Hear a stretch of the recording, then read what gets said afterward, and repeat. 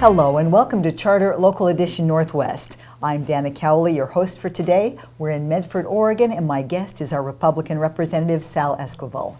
Thank you so much for joining us, Sal. Thanks for having me. You are getting ready to go into an upcoming session in Salem. Tell us what your top priorities are as you move in. Well, my first priority is to make a constitutional change, and that is to allow, due to separation of powers, we cannot do it today, but I would like to have legislative oversight of administrative rules. And what that means is when we pass a law, then we turn it over to the bureaucracy to write the rules on it. But they, as long as they stay within the confines of the broad relating clause, they can write any rule they want. So it might not be what people think Correct. they actually were voting for. That's correct, and it may not be in the spirit of the law. So what I'd like to do is we go up every quarter as committees, and the originating committee should be able to review those administrative rules, and if there's rules in there that aren't in the spirit of the law or underneath that law, then at that time that committee should have the power to say no. Right now, the only one that's overseeing that's the governor, and they don't really oversee it, so therefore this thing's going out. Now, why would we want that? Your bureaucrats that are hired, your administration, are not accountable to anyone but the governor, and so therefore there's no one that votes on these people or accountability to the public. They just do their thing, and that's the way it is. Whereas we have a report card every 2 to 4 years, depending upon if you're in the House or the Senate, because people vote on you. And if you do not adhere or you do not do what those people think is right, then they can go ahead and quit buying you a ticket on the bus to ride. And what else would you like to do? Well, I'd also like to do several things. One is I'd like to do away with the emergency clause, not necessarily do away with it, but to change that structure.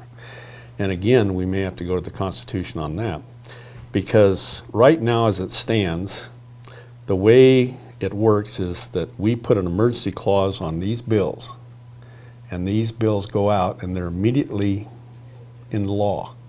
And it cuts down the time for people to be able to pick up signatures in order to get it onto the ballot measure. If they disagree with the legislature, they don't have any recourse at that point.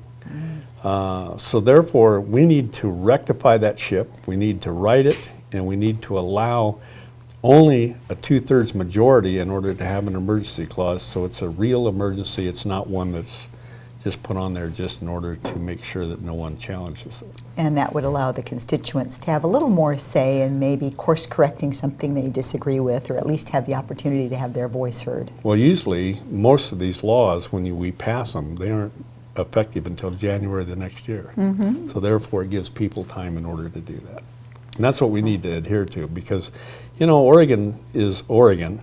We're one of the few people that of states that have ballot measures, so therefore we should allow people to utilize that avenue. A good example of that was '88, when we did a ballot measure to override what the legislature did when it came to allowing illegals to have a driver's permit.